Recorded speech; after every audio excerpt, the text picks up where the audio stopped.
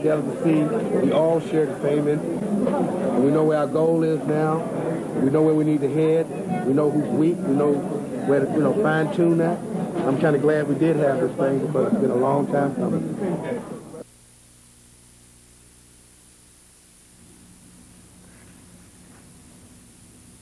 In the first few scenes of the video, you may have noticed some of the presenters and some of the participants, they were wearing warm-up or exercise outfits. And that's because the design team had incorporated a physical fitness theme for our large-scale meetings. And they called the meetings Workout 96. The theme was based on the idea of strengthening our future or building our future.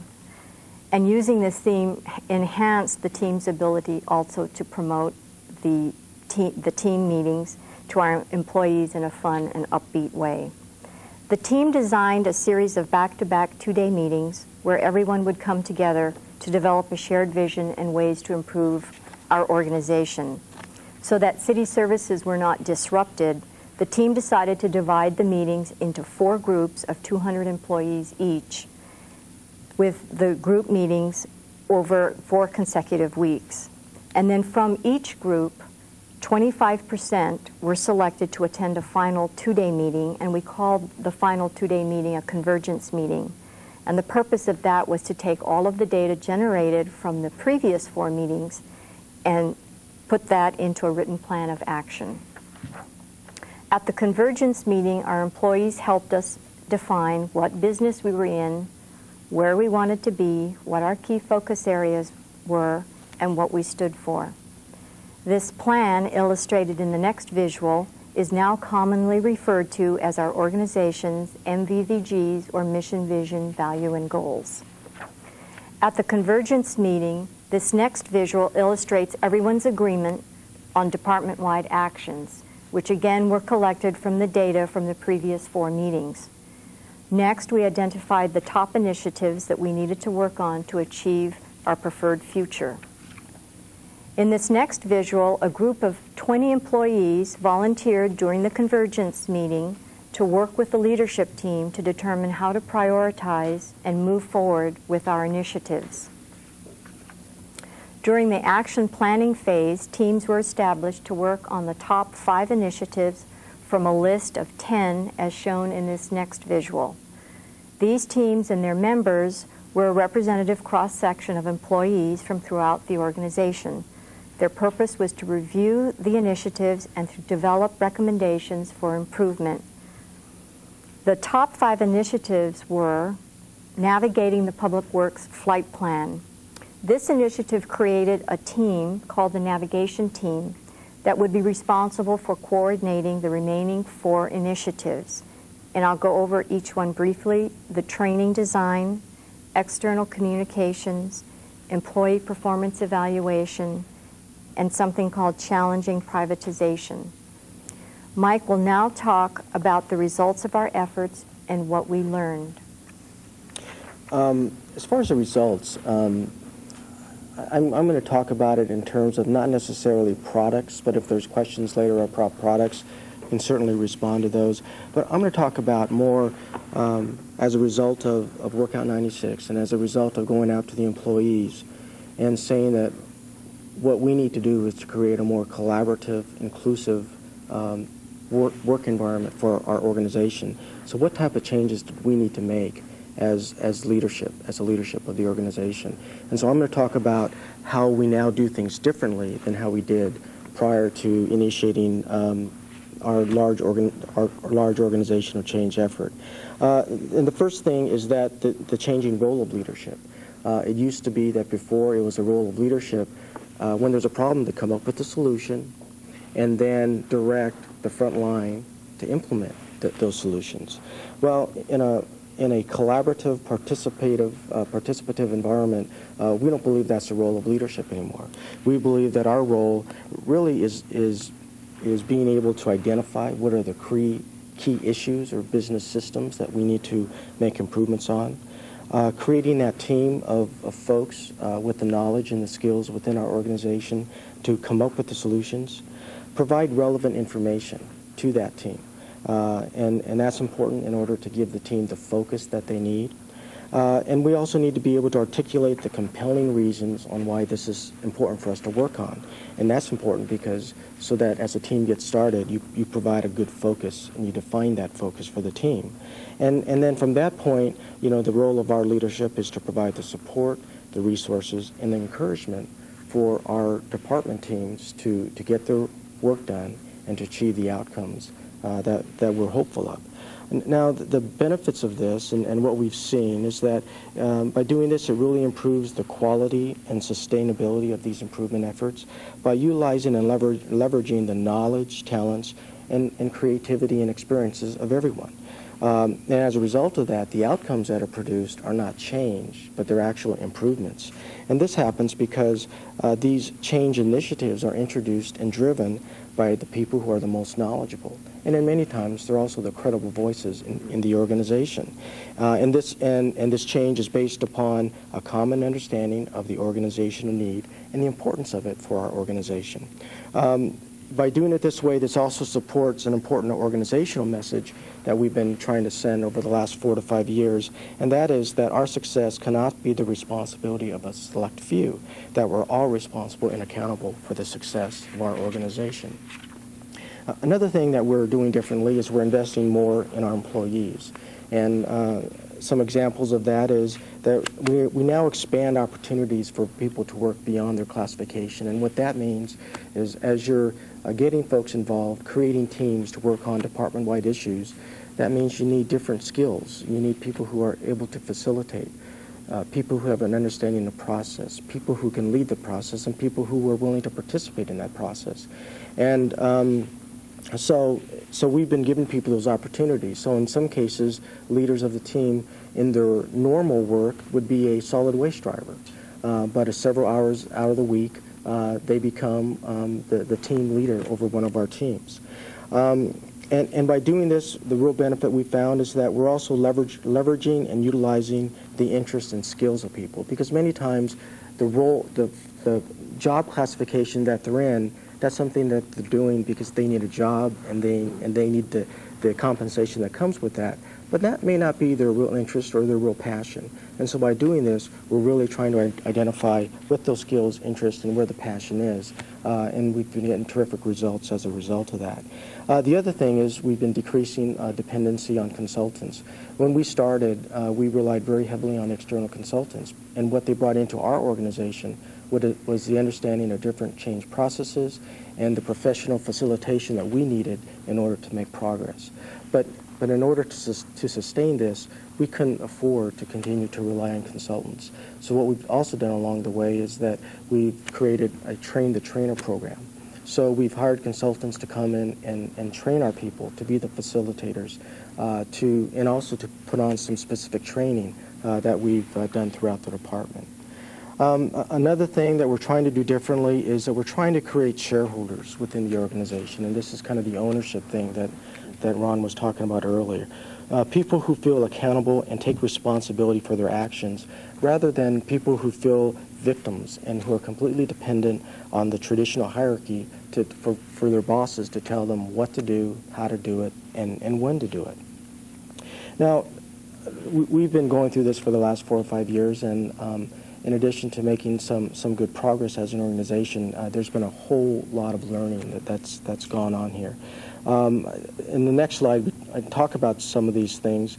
The first one, leadership role and commitment. I think that what's really important in the way that we started our process, as Jerry indicated, was before we even started getting the entire organization involved, we spent about a year just working with our leadership team because we believed that it was very important that this team of people, this group that Jerry described earlier, had a common understanding, that there was alignment, and there was a commitment to move forward with this type of change effort. And that's important because in order to make it happen, the leadership needs to model this change. And if we don't have a common understanding, if we're not aligned and we're not committed to that change, well, we're not going to be able to model that change very well.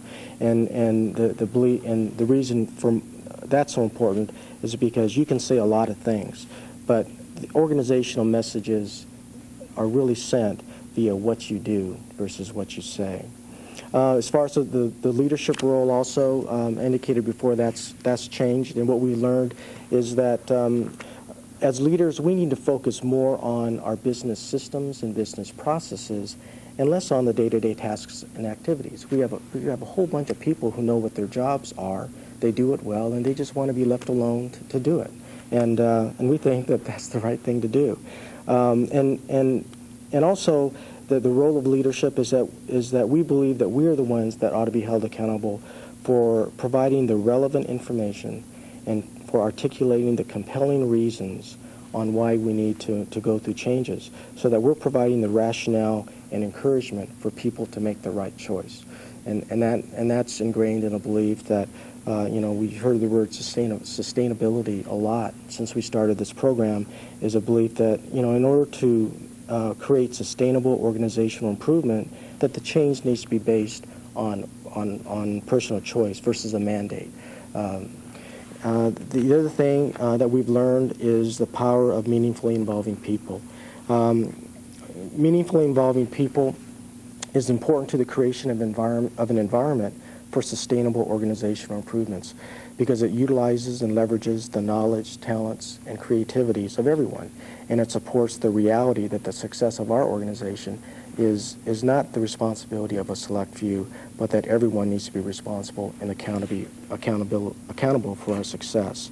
The next thing is about communication, and one of the things that we found is that I don't know that it's possible to over-communicate with folks about what's going on and why.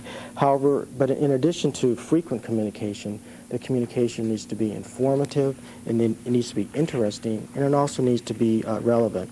In our organization, that's not very, that's challenging, because when you have folks who work in a number of different locations, some people in our organization start at 5 o'clock in the morning. Some people in our organization get off at midnight. So as far as how you communicate that, it is challenging. And also when you factor in that some people they take communications better verbally, and some people take communications better in writing. So communications is a challenge, but it's a very important, and it's really key to the success. Engaging the human spirit. I'm an engineer by background, and things in engineering is normally pretty black and white. But I think one of the learnings here is that creating effective organizational strategies, it's not an art, and it's not a science, but it's about the human spirit.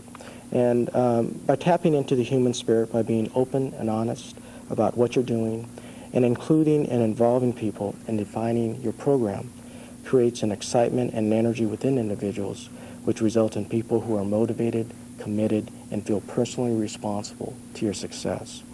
The last thing is to create organizational capacity. The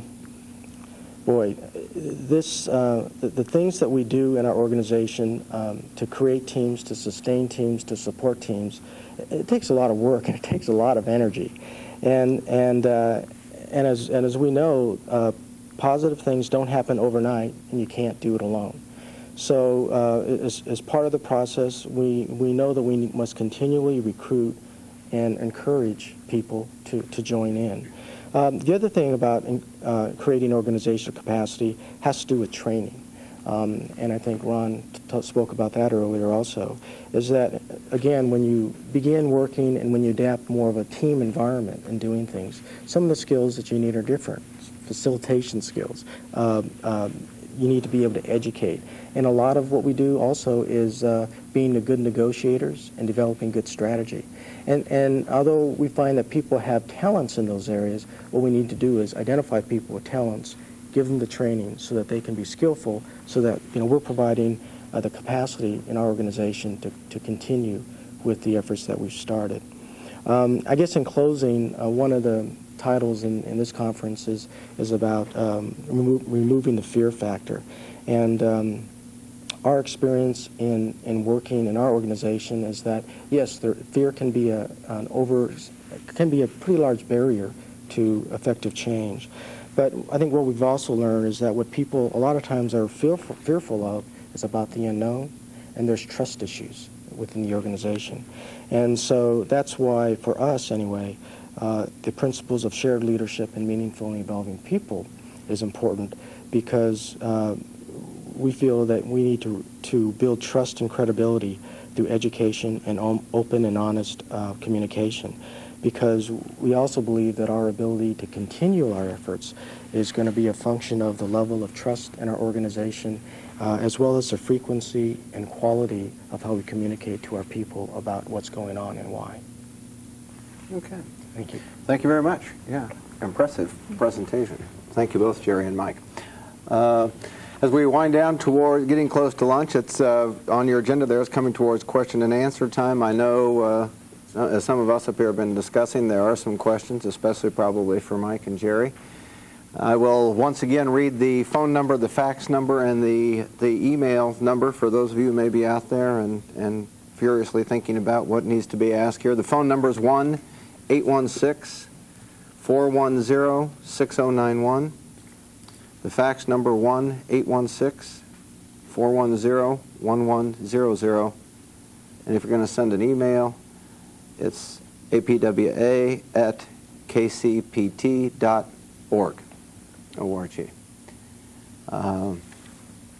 While we're waiting for a couple minutes to see if some of those calls come in, why don't we have maybe the rest of the panel members have some questions based on what we've covered so far, or someone from the studio audience who wants to hop up there and speak into that microphone. You might want to come right up and ask something, but we'll start up here to make it a little bit safer for the time being until we start getting some questions. Somebody here have... I have a question, Ron. Okay.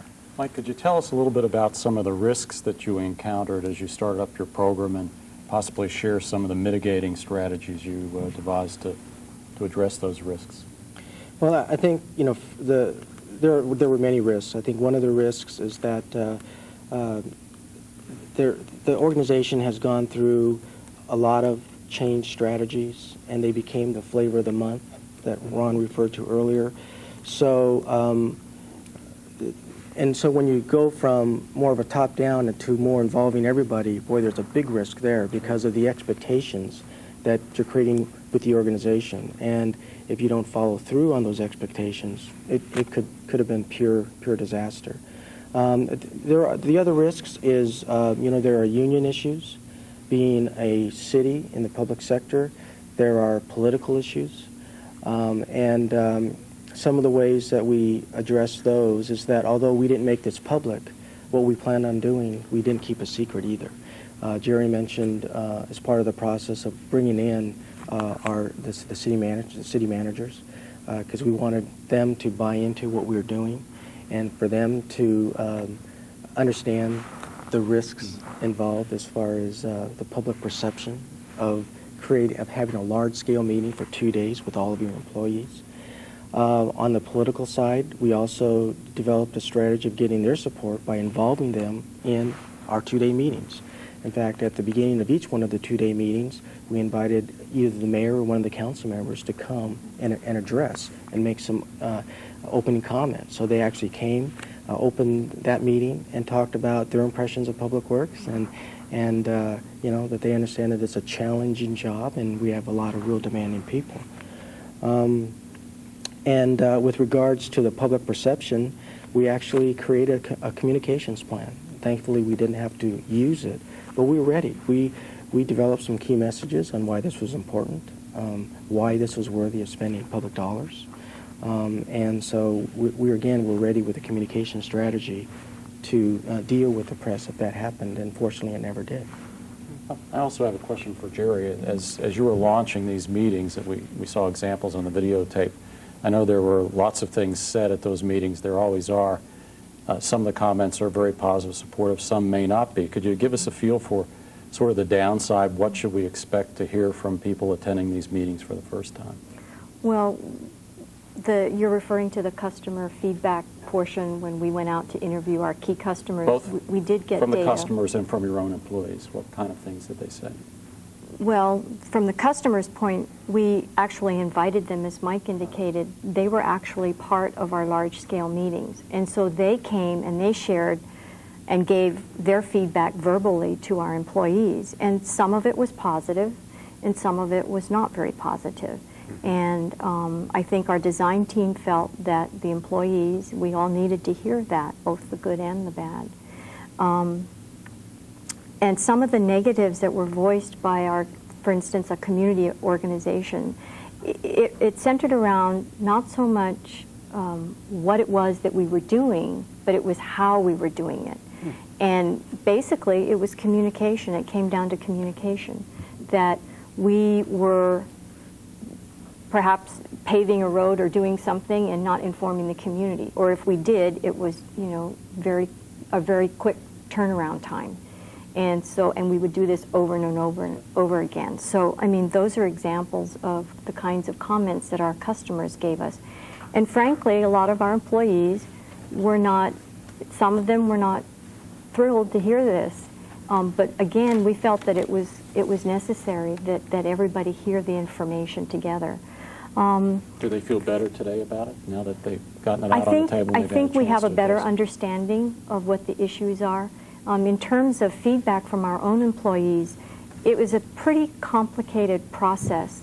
We only showed you a very small portion of the video, but if you watch the entire video, you'll see that employees were asked in the very beginning of each of our meetings what's working and what's not working. And they made their voices heard. And we also had a lot of different ways of finding out the level of discomfort, where employees actually went around a very large room with paper, and actually everyone had so many dots to vote. I mean, there were portions in the meeting where employees could voice their concerns and be heard that way. Okay. We did receive a fax from Manchester, New Hampshire. So this sounds like a question that maybe is primarily for Jerry and Mike, but I think any of the panel can handle it. It has to do with pay and job description. As you went through this change process, did you make any changes to what people were paid in their job description for all those people who were heavily involved in the change process? No. And really the message there was that this is now a part of your job. And as I indicated before, the primary responsibilities didn't change. If they were a solid sanitation worker, that was what they did every day. If they were an engineer, that's what they did every day. It's just that several hours a week, we would ask them as part of their jobs to attend one of the team meetings and help us design what turned out to be Workout 96. But no, we did not modify job descriptions or modify pay. Maybe to build on that a little bit, that issue of compensation always does come up. But I think one of the things when we talk about, I think it might have been listed on why we fail with change. Sometimes they don't go well. At some point, if the change is significant enough, you probably do need to look at all the systems that are driven by that. And if we say, this is the new way we do business, well then, what does that mean for my performance appraisal system? What does that mean for the interviewing questions that I ask people if I'm looking for certain skills that support the change? I think there can be a lot of systems that need to be looked at so they will support and reinforce over time the way we say we're going to do business. To look at those, and that's a fairly large undertaking. Okay, we've got another fax here. This one, we're hot in Manchester, New Hampshire. Okay. Obviously for the City of Sacramento, did the City of Sacramento have a set of missions and goals that Public Works addressed? No, at the time that we started our effort, the actual city, I'm sure that as a city we did have a mission statement, but it was not something that was at the forefront of everybody's thinking. And so we basically started from scratch. And how we landed on our mission, vision, values, and goals is again through Workout 96, and with our employees providing input on what's important and what we need to be focused on in order to be successful now and in the future. Well, our city council they have identified key areas, and they're very much in line. We're very much in line with their key areas for participation and the workforce, and there are a number of, I believe there are 7 different areas. And so in that respect, we are consistent with our own city council's mission. Okay. Yeah, I was curious, you're expending a fair amount of energy to maintain this change process. That time that the employees spend equates to money, basically. If a community group comes in and says, why are you expending these energies and monies, do you have tangible results, number of complaints down, or less money per process? Do you have those things available to track the improvement? Yeah, first of all, we did not increase any of our budgets as a result of this. And basically, that's part of the commitment that we needed to establish as part of the leadership, is that we were going to do this, or we were going to do it within existing resources. And what that meant was that what was seemed urgent a week ago is still going to be urgent, but we're going to devote some of our resources to work on what's important. And as far as the results, now that we are starting to track some of our information, we do have information as far as the number of complaints. We do have specific information about, for instance, traffic investigations, that the turnaround time from the time you call in to say, I need a stop sign, or I have too many speeding cars going down my block, do something about it. It used to be that it would be about a 30-day to 35-day period from the time the customer called in to when we were able to get back to the customer. And right now we do that in about 15. So there is some specific quantifiable results. But what's difficult to quantify is it a result of this change effort. But what we believe is that by creating folks who feel more like shareholders and owners, that creates that responsibility and the accountability. And also by, we don't like that word empowerment either, but by providing more of a participative, collaborative environment where people feel comfortable that they can make decisions and they're not going to get second-guessed, or they're not going to get reprimanded for spending $25 or whatever the amount is, that there's more comfort in them taking their own risks and doing something different and being more innovative and creative on how we provide services to the customers. Okay. Ron, going back to the earlier question from Manchester where they asked about job descriptions and pay rates, I think one of the great things that Sacramento did is they started early on, before there was a major campaign to require change. Is that correct? Mm-hmm. Or even the thought of possibly privatizing services. So by getting that head start, there was a lower degree of change required, I assume, by the policymakers in order to be in compliance. Now, that doesn't mean that what you did wasn't important. What I'm getting at is that the higher the change that's mandated, the more leverage you have politically to make changes in job descriptions and pay rates. Mm-hmm. If there's not a big cry for dramatic change, it's very hard to create a dramatic modification to job descriptions and pay rates. Now, I'd much rather do it the way Sacramento did it, because you need time to instill change and to bring people along. And money doesn't take the place of time. So yeah.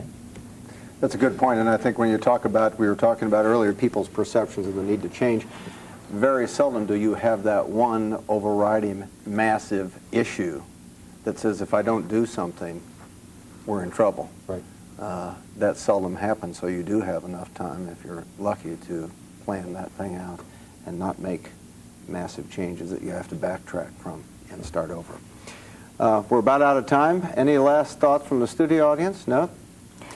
We're getting ready to take break away for a half an hour, so you can grab some lunch and do other things. This might be a great time for those of you at our remote sites to think about if you have a question or comment or some aspect of change you want us to discuss. Would be a good time to fax or email us that question or comment, and we will deal with it. If you look at the agenda, you will notice that right after lunch, we will have, right at 12:30 p.m. Central Time, we will have allow time for more questions and answers from the audience. We'll spend some time doing that. So we would encourage you to do so. even the person in Manchester, New Hampshire. You must be in the middle of a big change process. Keep them coming. We're ready for them. With that, I think we'll break away for lunch. Thank you for joining us, and we'll see all of you in about 30 minutes.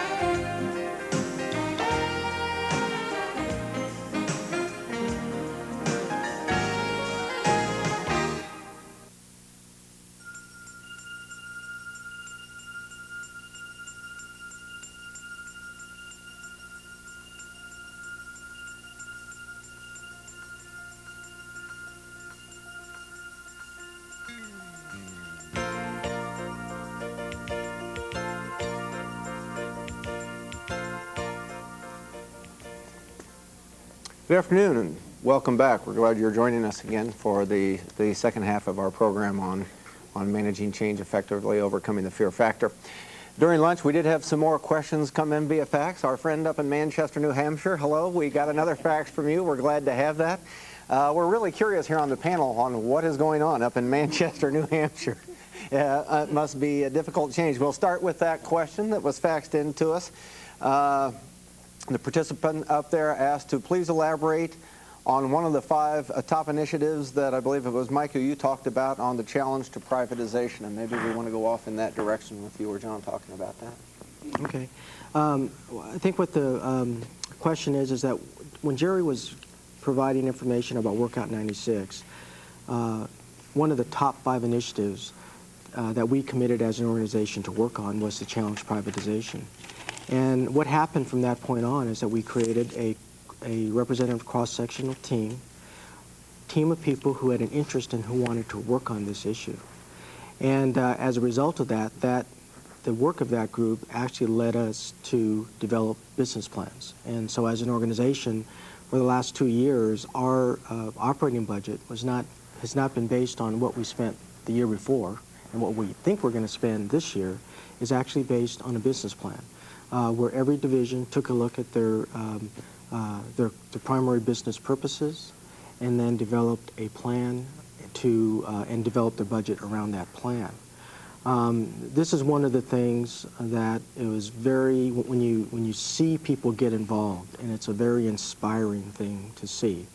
When you see people respond, when you provide an opportunity for them to work on something that they believe is important and that they have a passion around, to see the response, and it creates terrific things. A little bit more of a background on this. Again, out of this team, this was not driven by the leadership of the organization. This was driven by a team where they actually put together brown bags, where they did presentations on 3 subjects to kind of prepare people for privatization. One was on benchmarking, the other one was on business plans, and the third one was on our own budget. And what came out of that was a need and an agreement to develop business plans, and that's what we're doing today. Okay. Jerry, if you had anything to add to that. Okay. A little bit later in the program, one of our panel members will also, I think, discuss the issue around privatization in a little bit more detail, and we'll talk about that. We also had a question faxed to us from Dr. Linda Kreider at the University of Florida from the Department of Urban Planning, and she asked a very difficult question here. What are some of the most important qualities or skills for leadership as you go through that process for change? Leadership seems key, but how do you identify and or cultivate leadership skills to make the participation process effective? And we'll throw that open to anyone. John? Ron, I think it's important to first focus on what is the definition of leadership. And quite often we believe that our managers are also our leaders, or it's our intent for the managers to be the leaders. But really there's a tremendous difference between managing and leading. A manager works within the existing system to make things happen the way dictated by that system. Mm-hmm. Nothing wrong with that. But a leader's job is to look out on the horizon and take a look at what's coming in the future and how do we need to modify the way we do business in order to respond to that new challenge. And so you can see they're very different things. One working within the existing system, the other defining the new system. Okay. Yeah. Sometimes when some of us work a lot with leadership, we often tell the little story about if you went into Walden Books, how many books would you find in their card catalog with the word leader or leadership in them? And the answer is someplace in the number of 295, which means there's a lot of issues out there around what actually is a leader. But I would take from one book, a book called The Balancing Act, a very unique definition of a leader. It says a person who gets others to want to go where the leader is convinced we need to go. And I think there's a real emphasis on that word want, because to me that implies a whole lot of skills that people who are in leadership positions or even in informal leadership positions need to have. The ability to influence other people without telling them they need to do that. They do talk about the future orientation that you talk about, probably in response to the downsizing, the fear that comes about through a lot of changes, the different ways we have to do things. Are you out there looking, scanning the horizon, what's coming up? Don't let us get caught off guard here. You also get into some of the trait things, and I'm not sure, other than by your experience, how you deal with that. But the number one trait that comes out that people expect from leaders, what followers expect from leaders, as the book by Kouzes and Posner also, is honesty, which I think harkens back a lot to what we talked about, giving people the whys of change. Why are we doing this? What does it mean for you? Not only just the benefits, but here are some of the potential downsides of this change process as we go through them. And at some point it may mean a reduced workforce. And probably in the long run, although I may not have initial support if I give people some of the potential negative impacts of change, to hide them from them, to be less than honest, probably down the line I've destroyed my credibility and I can't lead anymore if that happens. But Ron, do you think that there are people who are just natural-born leaders, or do you think there are people who don't know how to lead? And from what I've seen, you aren't born a leader, you learn how to be a leader.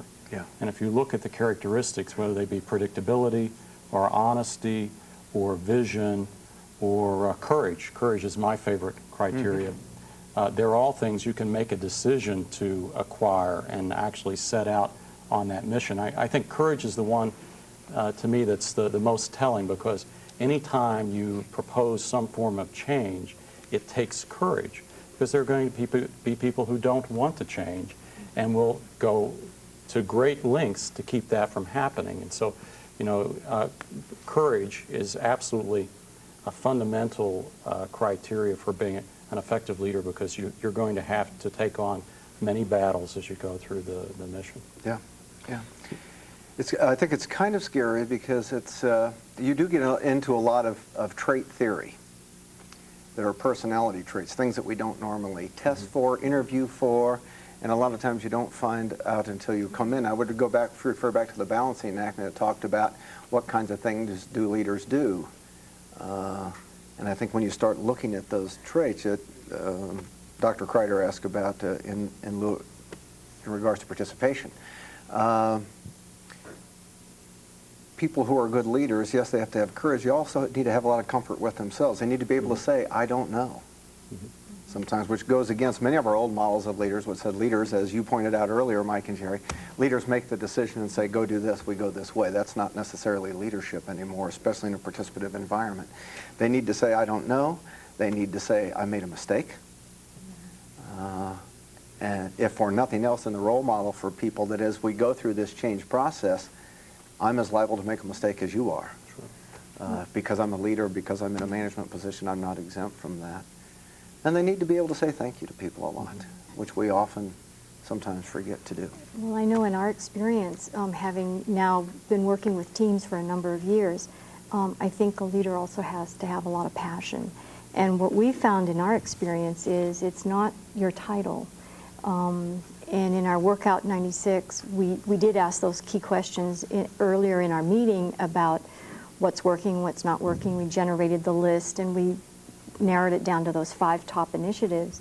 But what we found was there were a lot of frontline people that were very passionate, and they rose up, they became the leaders, they became the team leaders of the teams. And so I think passion is also another ingredient. There were several people in your videotape that showed that passion. Right, Right. right. And they certainly weren't the top level folks, Right, correct? right. They'll make it happen, though. Yeah. I think there are some skill sets involved also. I think that's one of the maybe one of the questions that the person was asking about. Because I definitely think that people need to be talented. There needs to be some talent involved, the ability to motivate, get people to follow. But I think some of the skills of listening, skills of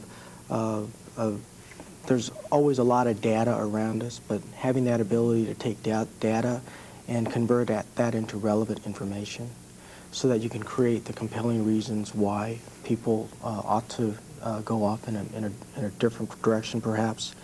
And also I think that the ability of not to focus on what's happening today or not analyzing what today is like, but being able to take a look at things at a higher elevation and to think about how things could be. And so that you're looking out 5 years. But I think it's just a combination of a lot of different things. And as Jerry said, what we've seen is a lot of folks, not because of their job title, but because of their passion and their energy around things, they've emerged as leaders in our organization. But Mike, that doesn't mean that we have to have even a college degree or advanced degrees. Doesn't mean we have to have initials after our names or licenses. Doesn't mean we have to be the boss. It means, that appreciation comes from a knowledge of the service being provided. I know Michael Eisner said that, passion can equate to as many as 80 IQ points. I don't know that I'm a very intelligent person, but I believe in what I do and what I say, and that adds to my IQ. So we wouldn't want anyone, certainly frontline workers, to believe that they can't be a leader because they don't have specific training. If you believe in it, you can lead it. Okay. Any other thoughts about that? Dr. Kreider, I don't know if that answers your question. We've kind of hopped all over the place. If we get another fax from you that says, try again, fellas and ladies, we'll know that we weren't very clear on the response to that question. There is a skill set involved. There is our personality traits involved, and maybe that idea of passion and enthusiasm is the overwhelming one that at least would make me, as a follower, look to you and say, maybe this is a person that I would be willing to follow because they obviously believe in what we're doing and where we're going. Well, I was going to add one point. I have seen these types of change processes lead to a culture where you have to get consensus and everybody has to agree. And at some point, decisions have to be made in order to make progress. And so one of the things that I would offer is that leadership, even within this new environment, still has to be a willingness and the courage to make those decisions and then explain them and communicate them. But don't lose the willingness to make a decision even though you're going for a more participatory process. Yeah. I think maybe this is one of the skill sets that Michael talked about. I think leaders have ability of, if I can say this right, to decide how they're going to make a decision before they decide. So if I can let people know that I want your input But I reserve the right to make the final decision. Now, that's a form of participation, but it's not the total autonomy. All of you work out the decision by consensus or however you feel you need to do it. And sometimes we get in trouble. People hear that word empowerment and they think, oh, that means I get to make all the decisions. No. A good leader is real good at laying out the parameters and say, I want your input and your recommendations on this, but I decide, or we'll all decide together and I'll go along with the group. Well, and we talk a lot about meaningfully involving people. And there was a number of people who felt that meant whatever I wanted, whenever I wanted it. And so we had to clarify what meaningfully involving people means. And what that means is that as an organization, we're going to make a commitment that decisions that we make are not going to be arbitrary, secretive, or closed to questioning. And what's meaningful involvement doesn't mean, it doesn't necessarily mean this is going to be a democratic process, because having a voice in something doesn't necessarily equate to having a vote. But that's one of the things that we continue to struggle with. But I think that we've put out that definition enough in the organization that there is that common understanding and enough people understanding it that hasn't been a big issue with us for the last couple of years. But Mike, in your project, you were also saying that it was some of the frontline employees who decided you needed a business plan, and as a result of one of your workshops, and took the reins on that. Do they? I think that's a great thing, but do they equate that business plan as just being a document that describes how they will do business, or is it a document that describes how they will remain in business in the future? Is it a competitive business plan?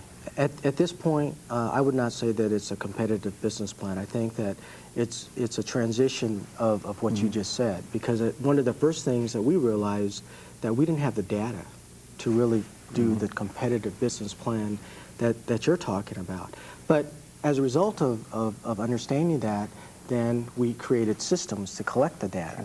And that's what we did during the first year of our business plan. And the second year of our business plan, now we have data, but it's like way too much data. So what our folks focused in on is, okay, what is the key data? What are the key performance indicators? And we're taking this on a step-by-step. And now that we're entering into our third year, one of the goals of the team that's working on our business plan is to start getting customer feedback, so that based on feedback from customers will help us, develop a tighter, more competitive business plan. The one thing that's also very, I think, very beneficial for us is that when we talk about business plans, the business plans are not created by a bunch of budget analysts, sitting in a back room. When you take a look, when all is said and done, and when you take a look at everyone that's been involved in creating the business plan, there's about 70 people, so a little over 10% of our organization. Now, we feel that that's important, even though it may take longer to get to this competitive business plan. We believe it's worth the wait, because along the way, we also want to build that understanding that people understand their budget. Because unless people truly understand the numbers behind their budget, they're not going to be able to really operate under the competitive, business plan. And so, a lot of what we've been doing is about process, and process takes longer than if, you were trying to take a more direct route. But we're in the process for the long haul. And so, what's real important to everything that we do is that there's participation, and we need to be going slow enough to build that understanding, because otherwise we're just going to get new plans that aren't going to turn into new improvements because people don't understand it.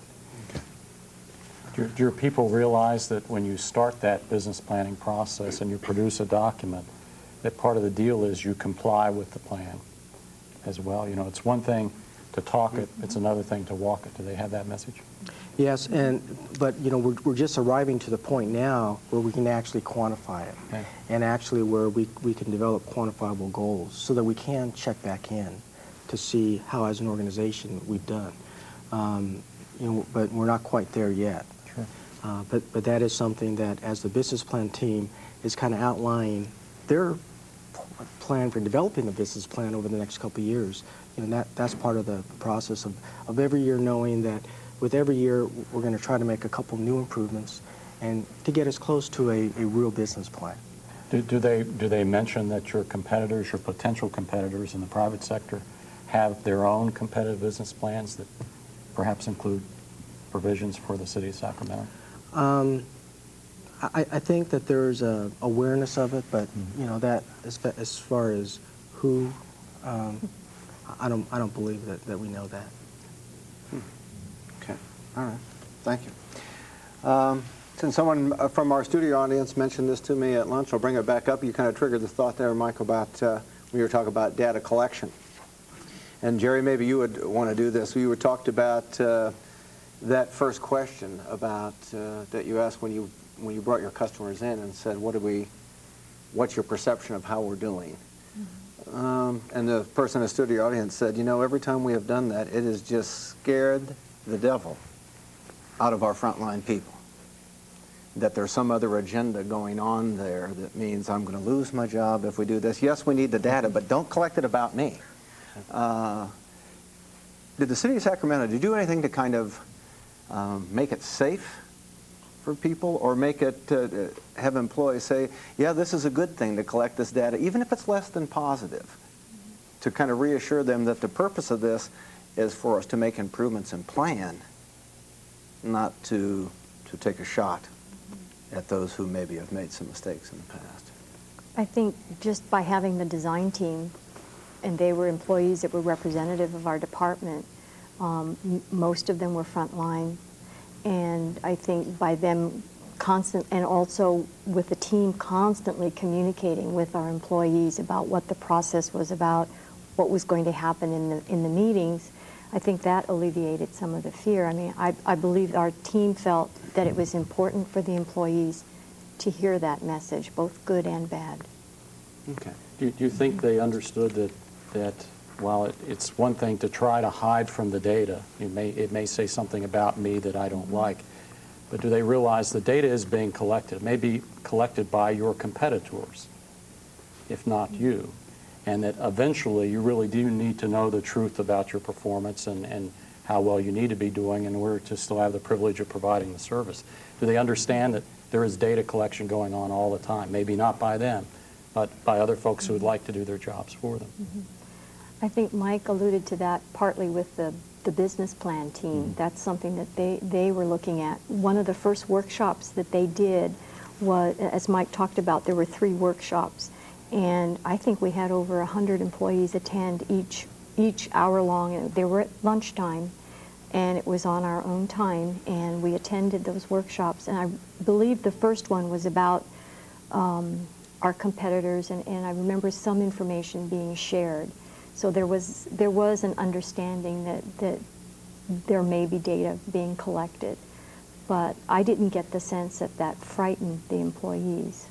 It's not necessarily to frighten them, but just to paint a realistic picture. I have a phobia about, I don't like to go to doctors. You know, I'm afraid of doctors, and just the smell of a doctor's office just used to make my hair stand on end. But until I lost a good friend, okay, as a result of maybe not checking into something too early. So now I'm not quite the opposite, but if there's a lump or a bump or a squeak or something like that, I want to go to the doctor so I know exactly what's going on, so I know exactly how to deal with it, so that I can continue to take care of my wife and my children for a long, long time. I think one of the examples, Mike could probably speak to this better than I can, by being open and honest. We did have an example not too long ago with a private company that came in and pretty much worked the mayor and the council individually, one by one, talking about being competitive, and then they would want to take over a certain portion of our business. And I think Mike was involved in that. And I think by confronting it and being open and honest and getting the employees involved in that, maybe Mike, you can explain.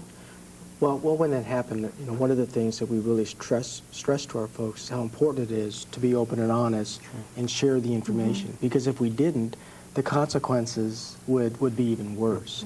And so we did. We actually invited this company in.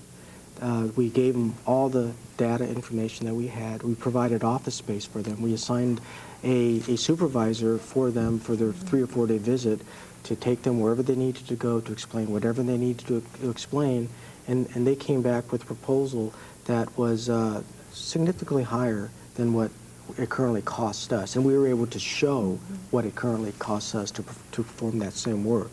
But I think, you know, really what's real important, and again, this is why it takes so much time, is to build that trust, and to have people throughout the organization feel comfortable that if they're not sure why information is collected, or they're not sure why or how it's going to be used, or they're not sure how even the questions became the question, that there's someone that they can ask, and that you know, something that you know, we need to continually reinforce, and I think all of us realize, is that information is power, and it's how you use that information, and you know, what we also try to, you know, and we try to do this by example versus saying it, is that when something bad happens, you're not, the person that was associated with that event isn't going to be evaluated on the outcome of that event.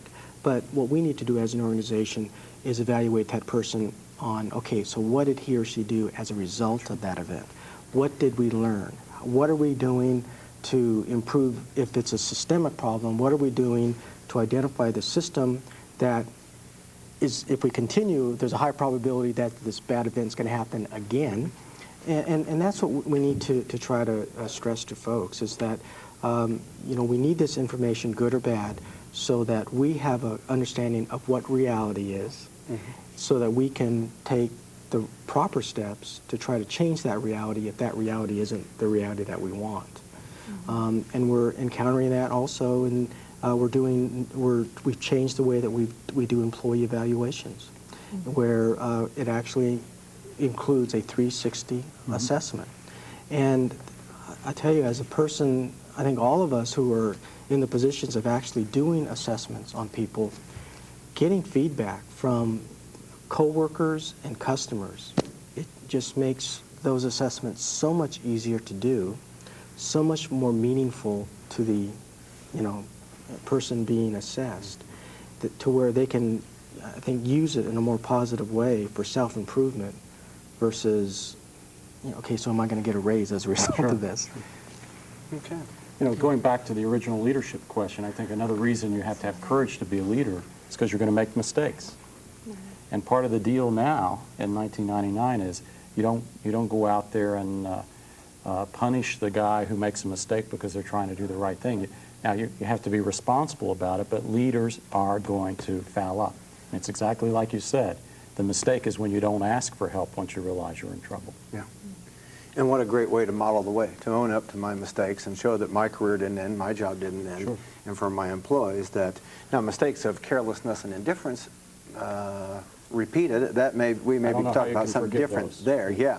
But mistakes born out of good effort and good tries, walk that talk and nothing serious happens there. Okay. Thank you, John. That was a nice job of pulling everything back to Dr. Krager's original question about leadership. Okay. It's getting to be about 1 o'clock, so we're going to move on with the agenda now and hear about another case study, and I'm going to call on Mr. John Williams, who you've already been listening to in response to questions today. John is a Senior Vice President for HDR Consulting out of White Plains, New York. By his own admission, he specializes in being an advocate for public agencies to help them become more competitive, and he has some thoughts for us on competition and privatization. John? Thanks, Ron, and I really appreciate the opportunity to be here today. During our meeting, you're going to hear a lot of terms that I would equate to tools that go into the competitive toolbox. Some that may be familiar to the audience include optimization, they include re-engineering, benchmarking, downsizing, right-sizing, managed competition, lease concession, asset sale, design, build, operate. We all are familiar with these words that are sort of floating around the industry today. And what I want to do is to focus on one tool that I think could be helpful to nearly everyone in the audience. And it has to do with designing a competitiveness model that worked best for the city of San Diego and its Metropolitan Wastewater Department. And so what I'm going to do is introduce you to the term bid to goal. And I think probably a better term, going back to one of your earlier remarks, Ron, you could also be calling it beginning with the end in mind. Bid to goal, bid to the end in mind. Know where you need to go on this competitive journey. And speaking of journey, I'm going to back you up to the fall of 1996, where we were asked to work with the City of San Diego's wastewater department on a project that involved doing a competitive assessment for the City of San Diego. And as you can see from the graphic, it was designed to be an 18-month study with detailed written conclusions and leading to a decision as to whether or not the department should move on to managed competition. For those of you who aren't familiar, managed competition is where you pit public employees against private companies in a bidding process. Okay? It has a major disadvantage, this particular process, of exposing the city's hand. It's, in essence, a high-stakes poker game where at the end of the 18-month process, we would show all 5 of our cards. Now, to me, that's not really an effective way to play poker if you want to win. And so shortly into that process, we asked our clients, including a gentleman named Dave Schlesinger, who runs that department, to please stop the process and make a major modification. And he looked at us and he said, well, what kind of consultants are you? I can't say no to the mayor. Would you folks say no to the mayor? Would you? I don't think so. And that's what he said to me. I don't think so. I said, well, we're not really going to say no to the mayor and the city council. What we're going to do is we're going to say, hey, we believe that we have to be competitive and that we owe it to the ratepayers. But we think there's another way to do it and achieve a similar, if not better, end. But we think it should be a custom design approach to match our needs. You know, every community is different, and certainly the city of San Diego is unique in many ways. So we developed a process that we call design to goal, and here are some of the attributes of design to goal. It's, as compared to managed competition, for instance, it's faster. It takes about half the time of managed competition. It has a lower cost of implementation. It takes a half to 1/3 of the cost of implementing a managed competition. The results are realized much more rapidly. It could be as quickly as 9 to 12 months where the city or the community actually realizes savings as a result of the effort. Very importantly, it requires labor and management cooperation. And in this case, it was a beautiful set of circumstances. The traditional situation is labor versus management. Well, in this case, it was labor and management working together in order to remain a publicly operated system. It also has a component that requires proven performance. You know, one thing that you'll all see is that you can talk a lot about being efficient, but you must be able to prove that you're actually carrying out on your word. And you've got to be able to take advantage of that progress to build credibility to get additional consideration in the future. It also has to have positive incentives, okay? And you'll see in a few moments some of the positive incentives designed into design to goal, or bid to goal. There also need to be ramifications for failure to perform. What happens if we burn 9 to 12 months and we don't come to an agreement? What happens if we don't really save the money that we promised the community would save? What happens if we fail to perform in terms of our regulatory requirements? Well, there needs to be a hammer in a circumstance like that. And so there are default provisions that, just the opposite of positive incentives, there are incentives that, you know, if you fail to perform, in this case, the community has the right to go immediately to either managed competition or to full privatization. So that's a little bit of a motivator, if you can imagine. If we go on to the next visual, there are 3 key criteria that make bid to goal work. The first is you have to start by knowing where you need to end up. I should really say you have to know where you're starting from as well, something that Sacramento spent a lot of time on, understanding level of service and cost of service. But before you can advance your way on this competitive journey, you have to know what the outcomes need to be, a la the goal and the process. You also have to have a clearly defined scope, and many public officials are very familiar with the term scope. It's what will I do for what amount of compensation? What's the quality of my product? My wife and I remodeled our kitchen about 8 years ago, and we had all these things that we wanted to do, but we didn't have an idea of the cost. When the contractor told us how much it was going to be, there goes the fancy counters, and there goes the extra sink, and there goes the glamorous floor and lights and things like that. Well, what we really needed to do before we asked for a price is to make sure we understood not only what do we want, but what should it cost us. So you have to have a scope of service. Finally, the third element is the firm schedule. You know, one problem that you'll find in trying to advance efficiency programs or any kind of competitiveness program is time goes by fast.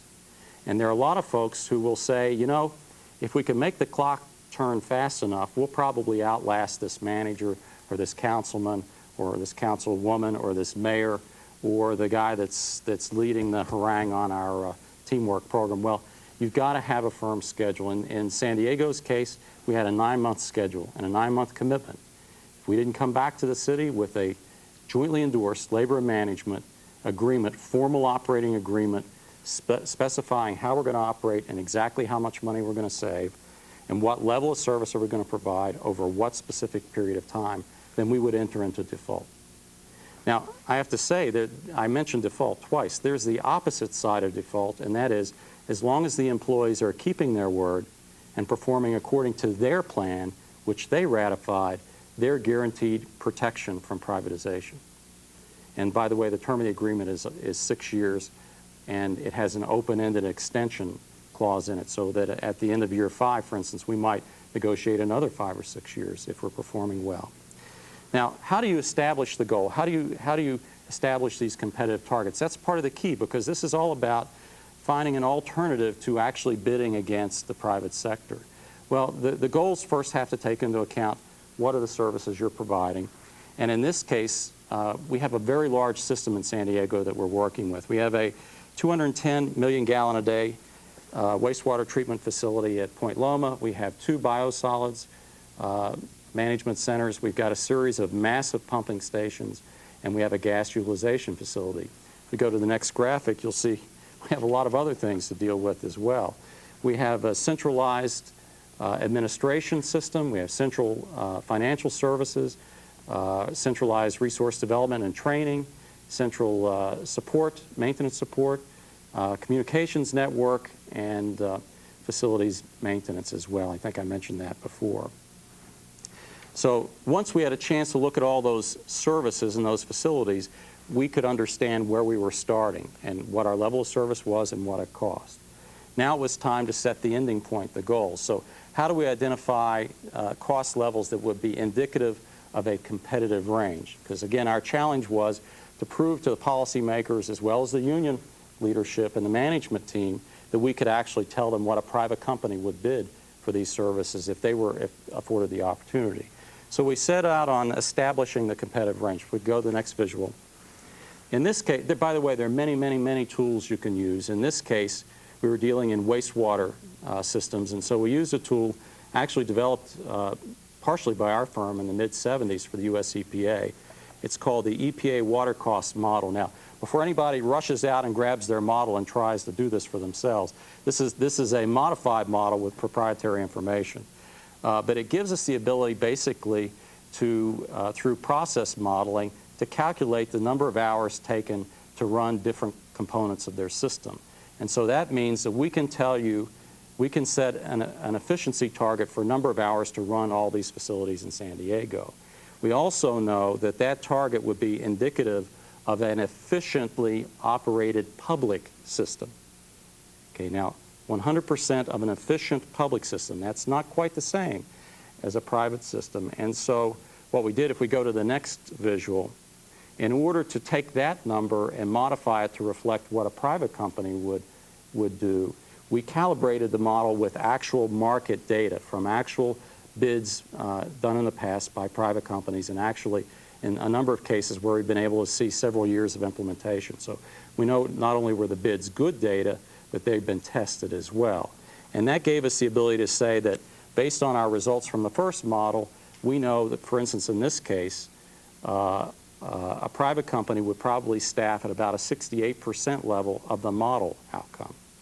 So that gave us the ability to say, all right, the bottom of the competitive range for labor includes 68% of what the model is telling us. Now, there are other costs in wastewater work that go beyond labor. They include chemicals and energy, other consumables. Those are things that we can do other modeling and hard calculations on to get numbers that we're absolutely confident in. In this case, we were extra fortunate. Let's go to the next visual. because not only did we have the model calibrated with actual bid private data, we had a privately operated plant called the International Boundary Plant that's just on the border with Mexico inside of San Diego. It's a federally owned facility that was bid privately a couple of years ago by major companies. By the way, those bids were challenged successfully.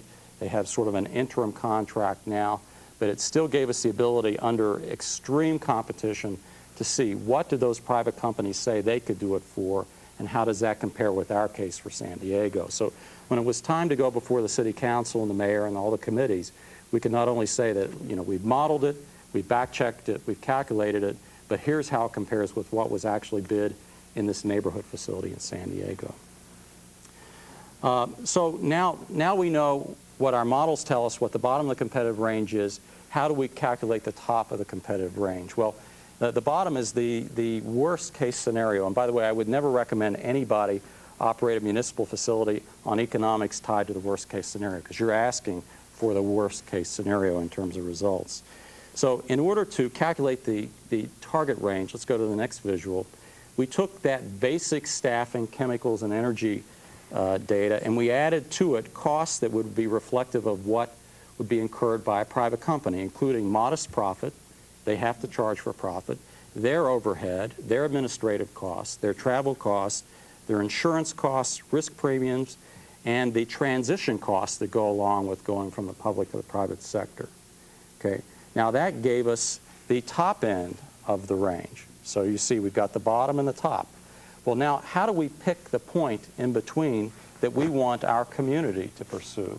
Well, first I have to say you better be conservative, because your numbers will be challenged. And if you're painted as being careless with the numbers, your credibility is gone. So in our case, let's go to the next visual. We know from experience that private companies in the documents that they present have stated that a normal profit is somewhere between 12 and 17%. And by the way, that's usually on a negotiated basis. If they've actually had to compete, particularly against private employees, their profits could go as low as 0 or negative. I've seen as much as a 7% bid, 7% loss bid in the past in managed competition. Now we also know from the data that we have that private sector overhead costs range between 8 and 10%, okay, as an adder. And we know that if you combine the profit and the administrative costs, that could be an adder onto the base of the target range of 20 to 30%. So what did we add on to our base in order to create a target? Well, we actually added on a number that equates to 17%. So I said, remember, it could go anywhere from 20 to 30. We went even below 20 because we recognize we do have some advantages. So we took our base, added 17% to it, and that became our target to perform to. And by the way, I know you're interested in what the actual results are. We'll get to that in a moment.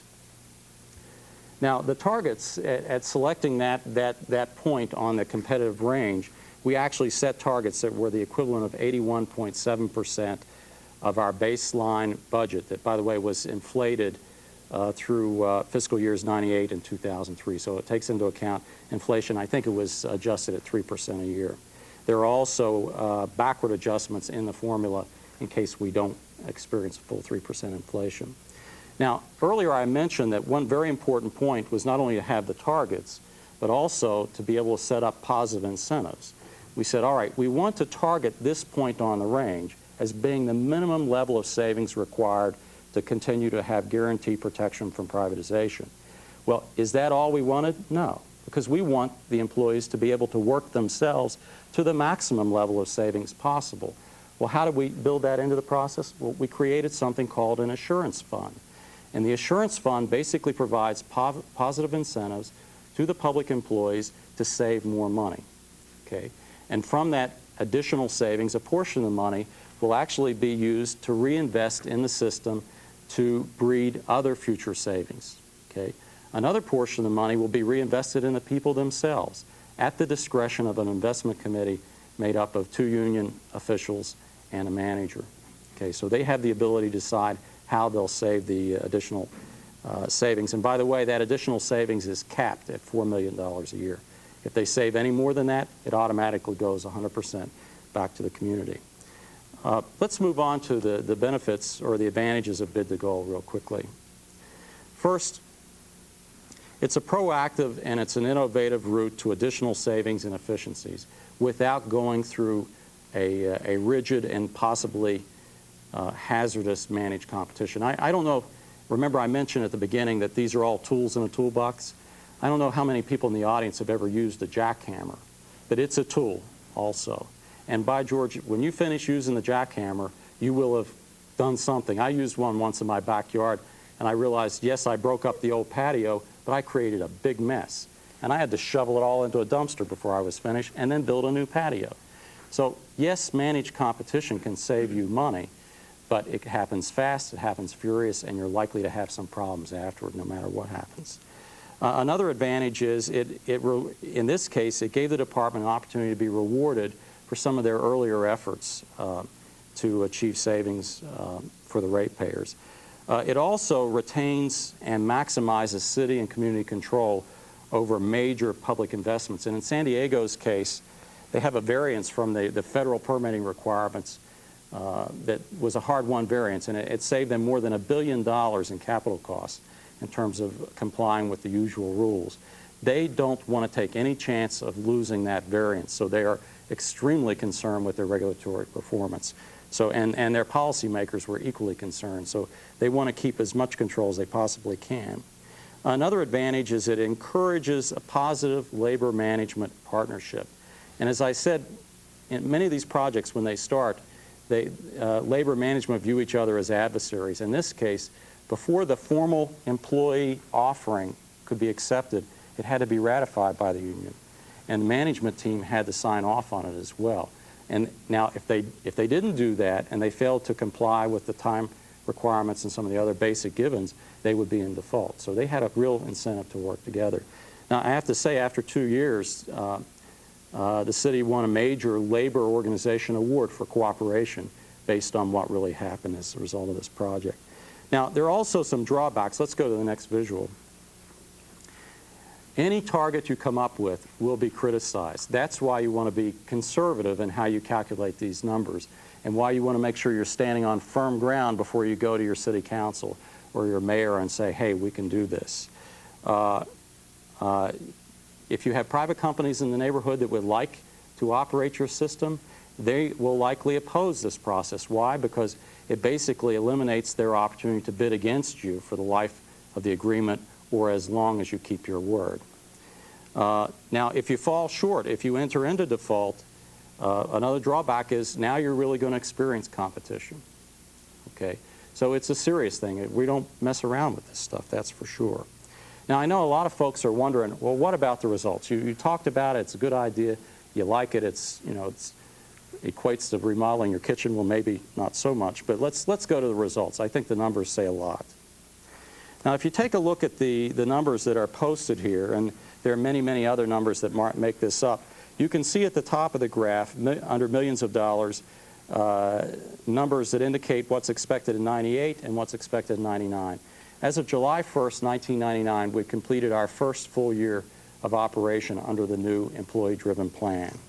And you can see the 1999-1997 baseline cost projections for '98 were $69.4 million, and for '99, $66.5 million. One thing I want to point out is that by going proactive, much like the city of Sacramento did, we had a chance to write some of the rules. And one of the rules, very important, was we needed transition time, because we guaranteed that we wouldn't let anybody go as a result of this process. So in a 6-year performance period, we wrote in about 3 years of transition time to allow us to go through attrition, training, etc. So you'll see a gradual reduction in the baseline to reflect the transition time that we're looking for. Now, the second line, the employee bid amount, you'll see for '98 was $60.6 million, and for '99, $56.5 million. Now, you see the bid itself going down. The second year, because we've done some transitioning, we're bidding even less. Follow me? Now, the projected savings, in order to meet our minimum performance targets, were for 1998, $8.8 million saved, and 1999, $10 million saved. Now, let's get down to what they actually did. The actual expenditures for 98 were only $47.2 million, which was an $18.2 million savings. Now remember I said that the potential adders on to the base anywhere from 15 to 30%. Well, if you added on 25% and hit that as a target, that would match the 18.2. What really happened there was the employees ramped up faster than anyone expected. Their attrition rate was greater than expected. Therefore, their savings were greater than expected. But what did they do? This is where the assurance program comes in. If they were a private company and they were only obligated to save $8.8 million and they saved $18.2, what would that difference be called? Profit, right? And the private company would keep it. There's nothing wrong with that. That's the way the deal works. But in this case, we said, all right, of the surplus savings, we're going to take $4 million and use it to charge up our assurance fund. And what will we use the assurance fund for? For other investments in the system, for monetary and other types of rewards for the employees, but also for a rainy day fund. Because someday we may have a spike in our results and need some extra money. We can't go back to the city to get it. So we charge it with $4 million. By the way, once it's charged with $4 million, we can't put any more into it unless we draw that number down. Now still, even after charging the assurance fund, we sent an extra $5.4 million back to the city that they weren't even counting on. But some people will say, well, why should the city pay for gain sharing or assurance? It's because it drives to absolutely maximum results. That was the first year. The second year, comparable numbers, we operated for $47.6 million in the, $47.6 million, excuse me, $43.6 million in the second year. Again, we have $4 million to recharge our assurance fund. And by the way, we've invested that assurance fund into gain sharing payments, for pay for performance program, for additional training, for peer review work, for travel to see other systems. They actually took $2 million and bought a building because they thought that it would benefit the overall system. Okay, but nonetheless, they still sent an additional $4.9 million back to the city for use and other things. So that's, I'm sure there'll be other questions relative to the results. Another question that comes is, by the way, we don't make any gain sharing payments if there have been safety violations or if there have been regulatory violations. We didn't experience any safety or regulatory violations in this system. So that's 2 years into it. And I think you'll see that over time, they probably will come closer to their targets because they will maximize their results. But I think you'll see that the number will flatten out over time. But overall, they're obligated to save $77.8 million over 6 years. And so far, they're about halfway there after 2 years of performance. Well, go to questions? Yeah, let's go to questions. Since I'm from San Diego, I'll start. All this stuff, I'm going to keep my eye on you. All this stuff's going on. I don't even know about it. Right there, right there, right in my own hometown. I was real interested in your comments about the union. I mean, it sounds like they're in achieving that agreement. How did you get their buy-in? You say a couple things there. One, a lot of what I'm doing is probably going to change. Yep. And secondly, to use your word, there's a hammer there that says if we don't meet it, there are consequences. That's usually what unions try to negotiate away, any negative consequences for non-performance. How did you get them to buy into this? Well, there was not only the hammer, but there were many, many positive incentives that they had. That I can't speak for the union, but my impression was the positives obviously outnumbered the negatives. The great news was that they realized, like we did, that by going through the previously anticipated approach, the 18 months of study, and then a recommendation as to whether they win or not, they would be showing their entire hand, and that would be perilous. They recognized that by going through the bid to goal process, they would have an opportunity to design the process. They were very involved. And by the way, not only did the city council and the mayor have to be comfortable with the targets, so did the union. Okay?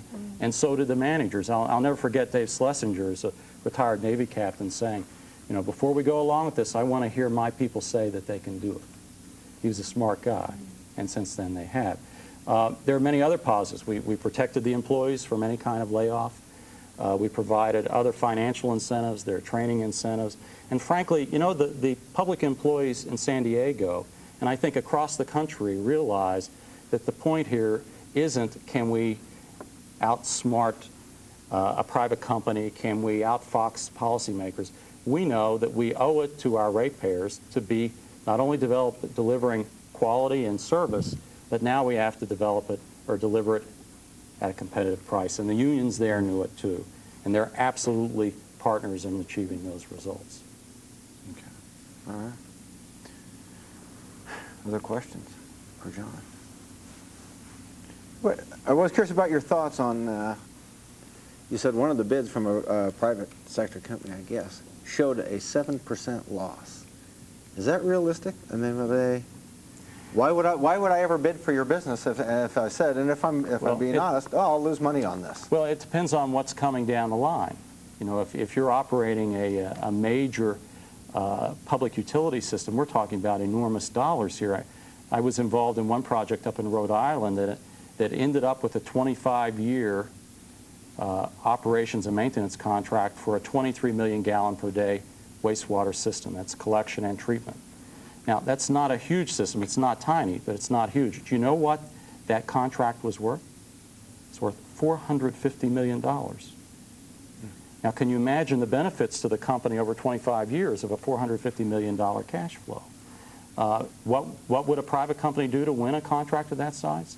Well, they'll be very aggressive in the bidding. You know, there are many people who believe that the bidding in Atlanta for their privatization contract involved as much as a $30 to $50 million loss in the initial bid. Okay. Why? Well, perhaps over the life of the contract, the bidders felt that they could make it up and then achieve a significant profit on top of that.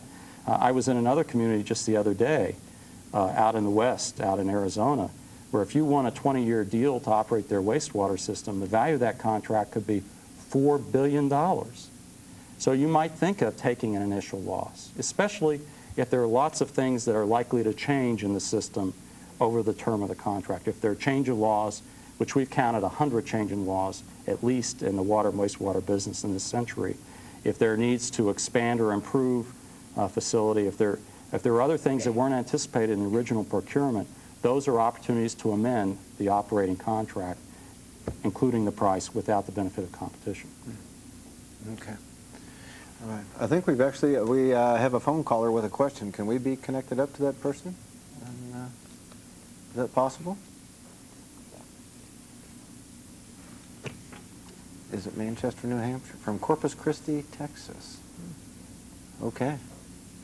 Okay, Corpus Christi, go ahead. You're on the air. Yes, Mr. Williams, this is Steve from Corpus Christi. Hi, Steve. Hi, I've enjoyed seeing you speak. I've seen you at a couple of the public-private partnerships, and you've got a great deal of respect, and certainly mine. Thank you. Listen, I've got a 5-part question. Well, let's make it 4 parts. Can I take notes? All right. Is that right? Sure. Okay. First of all, I remember reading initially, and I think it was the Lower Otay water project, water plant in San Diego.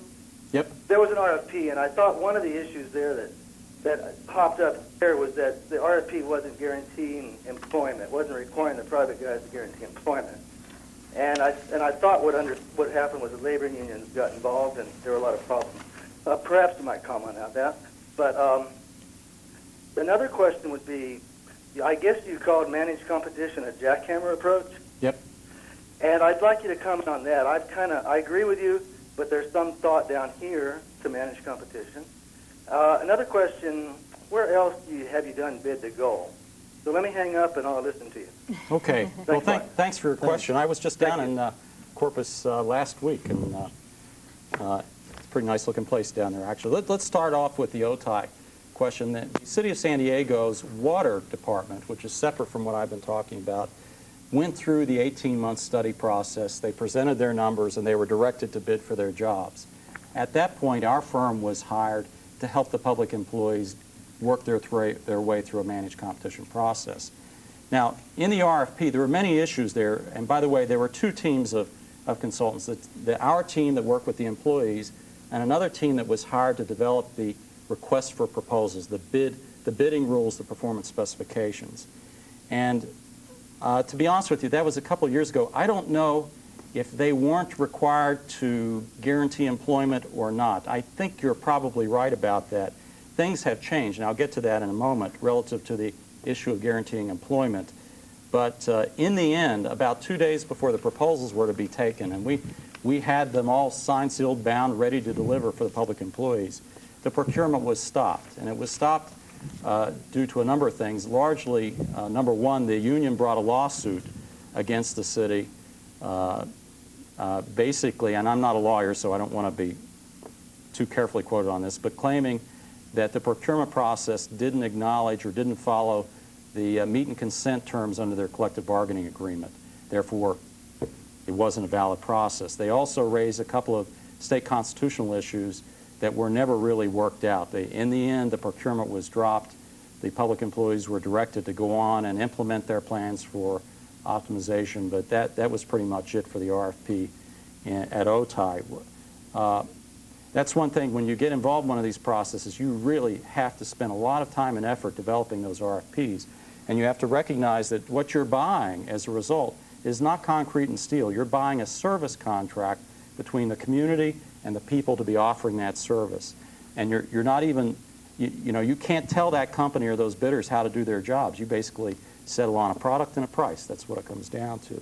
Now, to go into the to guarantees relative to employment, what you'll see now is whenever there's talk of privatization or some sort of a bidding process, even managed competition, the assumption that would be safe to be made is that the jobs will be guaranteed, at least for 2 to 3 years, as a result of the deal. Now, that's about as detailed as it gets. Now, a guarantee can be very different. If you ever try to take a stereo back to your local electronics store, you find out that the guarantee probably wasn't exactly what you planned on. But a guaranteed job may be a guaranteed job in, instead of San Diego, maybe it's in New York, or maybe it's in Atlanta, or maybe it's in Tampa, or maybe it's in Anchorage. A guaranteed job may be on the midnight shift, whereas you may have been used to working on the day shift. A guaranteed job may be scraping out the digesters, which you may have been in the control room. Or a guaranteed job may be linked to your level of certification. If I'm a private company, I have every right to require certain certifications of my workers. There are many, many ways to make a guarantee that still allow the company an opportunity to aggressively attrit employees. So you have to take it with a grain of salt, whether the community itself is saying we'll guarantee the jobs or whether the private companies are. You need to know under what circumstances those guarantees are made. Now, you asked me about managed competition, my point of view that it's a jackhammer. Well, first of all, managed competition will save money. There's no doubt about it. And managed competition will trigger massive change. There's no doubt about it. But the problem is that change may come over a period of, say, 3 to 6 months. Are you really ready for that kind of change? Right? Do you have, I was involved in one project where the bid documents said, if you bid successfully in managed competition, we, the community, will provide all the SCADA and all other automation equipment that you need to operate it under certain circumstances. We, the community, will have the construction process completed. We, the community, will do this and that and the other. Well, the employees won, and almost immediately they were asked to begin work under their new contract. Did they have the SCADA system? No. Did they have all the automation? No. Did they have the capital project work done? No. Okay. Did they have to still perform under their bid? Yes. Was it hard? Darn right it was hard.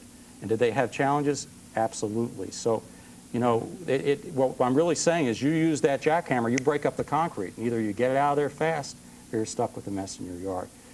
Again, it can take 12 to 24 months to implement. It takes a lot of money. And whoever loses isn't going to just walk away. They're going to be unhappy about it because they spent a lot of money bidding. And in the International Boundary Plant case, the public employees didn't even bid there. But amongst the private field that did bid, there was a challenge, big fight, and the challenge was upheld. So, and now the federal government has to figure out what they'll do long-term for an operator of that plant. In terms of the third question, I wrote it down. Anybody remember what the third question is? I should have stayed at Marriott last night. Well, if I didn't cover it already, you can call back, tie the record with Manchester. Okay. Yeah. Sorry about that, Steve. Other questions